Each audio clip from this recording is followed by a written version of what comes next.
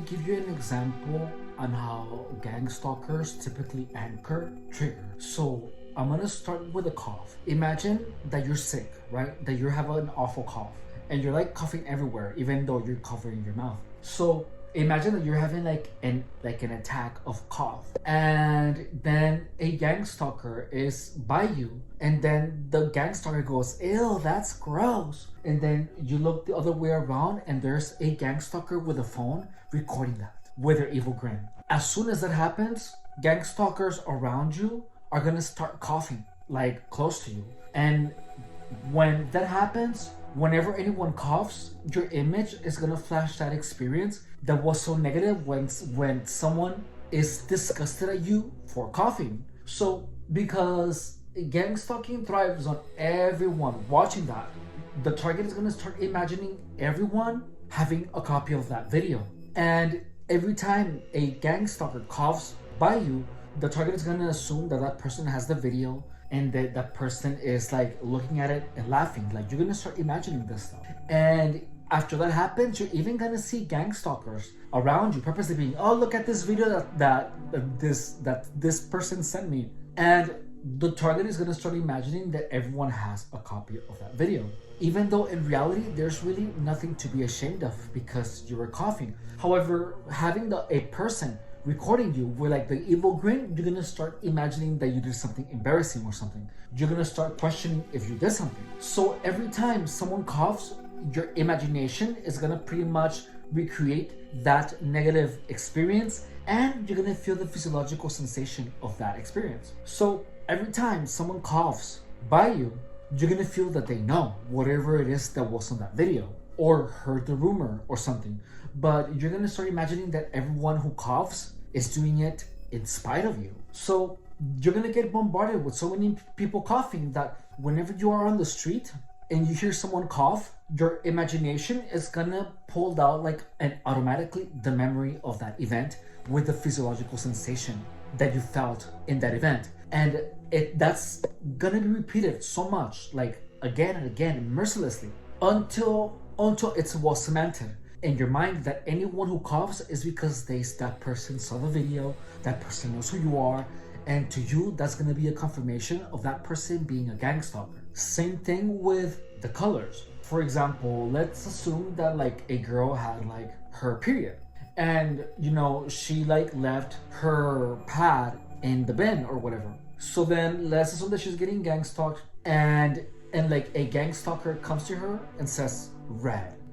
Even though having a period is something totally normal, remember that these people are psychopaths and they're gonna try to somehow make you feel ashamed of that. They're gonna probably be like, ew, red, something like that. And that's gonna be done to her, that she's gonna be sensitized to the color red, like to the word red. And then guess what? Because of the merciless bombardment of the word red, that's gonna mean to her that everyone knows that she just had her period, and it's totally normal. But gang stalkers are gonna push these weird things to be ashamed of. They're gonna shame you for things that are absolutely normal. And once that happens, because the girl was bombarded with like the word red, she's gonna start conspiracy thinking into believing that because someone is wearing the color red, that person is a gang stalker. And guess what? Then all of a sudden the girl's gonna have a hyperfixation on the color red. And that's easy. That's how it goes. So with time, the target is gonna assume that anyone that is wearing the color red is doing it out of harassment, to harass the target. Typically, the triggers are produced by making the target feel shame of something. So if you're targeted, don't do anything you can be ashamed of in the future. So like if you're into any type of substance abuse, if you are into any type of fetish and anything that you can be made to feel ashamed of, just stop. Because that is going to be the first thing that these people are going after. You might have even people ask you, "Ooh, do you have any taboos?" After this experience, to be honest with you, I personally even feel like paranoid. I'm not gonna lie to you. Feel paranoid if someone asks me, "What are your dreams?" And it's like, and especially if it's coming from like someone who doesn't know me, it's like, what are your dreams? It's like, I don't know you. Why am I gonna tell you my dreams? That's weird. So that's exactly how the triggers are made. And some of the triggers are not produced by gang stalkers, but are actually made by observation. So gang stalkers are gonna like say a word, and they're gonna be looking at you to see if you trip out when you see anything.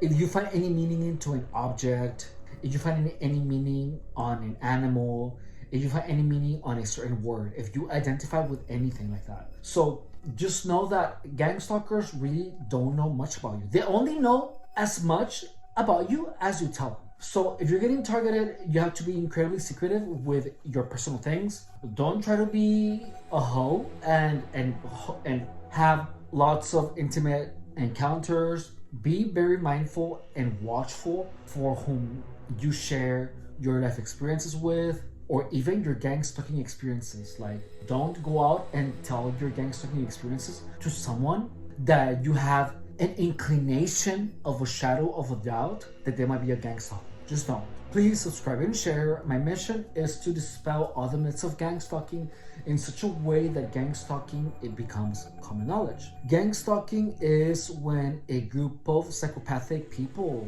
target a single individual, and the goal of gang stalking is to make someone lose their job, lose their looks, lose their health, lose their sanity, lose themselves, and make them lose their mind. It's a literal destruction of an individual. And the only reason that gang stalking is so effective is because most people really don't know what they are facing.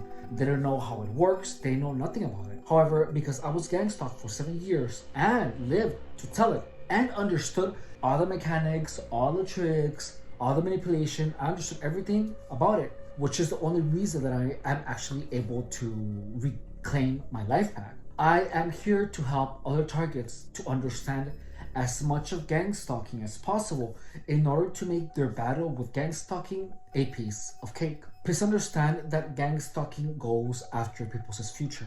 If you're a target, double down on making money, double down on being a clean and respectable member of society, because your reputation is one of the things that these people are going to try to attack. Okay, my name is Efren Rodriguez. Also, I have been a personal trainer for 10 years, and right now we are 10 weeks into our Fat Flap to Abs project, where I demonstrate and I show you exactly how much work, how much food you need to eat in order to get a lean and sculpted look that most of us are after.